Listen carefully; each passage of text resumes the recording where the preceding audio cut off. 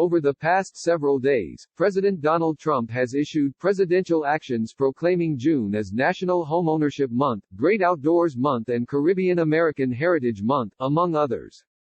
On Monday, amid protests across the country, the White House still managed to issue a statement recognizing June 1 as Global Coptic Day, but 2 days in, nothing, so far, for LGBTQ Pride Month. In the nearly 4 years since he has been president, Trump has acknowledged Pride Month once, last June, notably becoming the first Republican president to do so. But his acknowledgement was not in an official presidential proclamation, as President Barack Obama's had been for all 8 years of his presidency. Instead, it was a tweet that was later issued as a White House press release promoting the administration's effort to decriminalize homosexuality around the globe. Let us also stand in solidarity with the many LGBT people who live in dozens of countries worldwide that punish, imprison, or even execute individuals on the basis of their sexual orientation, Trump stated last June.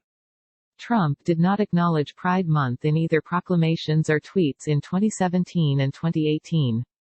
The Human Rights Campaign, the nation's largest LGBTQ advocacy group, issued a statement Tuesday morning blasting Trump and Vice President Mike Pence for failing again to recognize Pride Month, to honor the history of the LGBTQ community and acknowledge the ongoing movement toward full equality.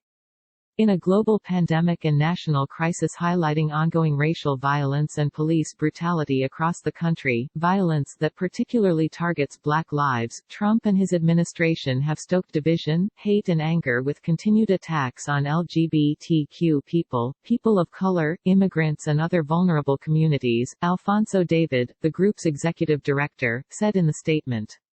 A request to the White House for comment was not immediately returned Tuesday. Over the past 5 years, during his presidential campaign and his presidency, Trump has mentioned the LGBTQ community only a few times. During his campaign, he frequently referred to the Pulse nightclub shootings in 2016 in Orlando, Florida, and promised to protect LGBTQ people from what he described as the violence and oppression of a hateful foreign ideology.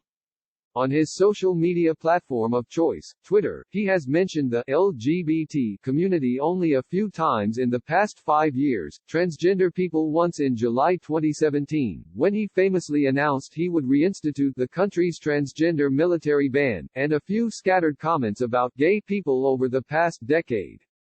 Lesbians and bisexuals have gone unmentioned. The Trump re-election campaign, notably, continues to sell rainbow-colored Make America Great Again t-shirts on its website for $25. LGBTQ Pride Month was established by Bill Clinton in June 1999, though it was called Gay and Lesbian Pride Month.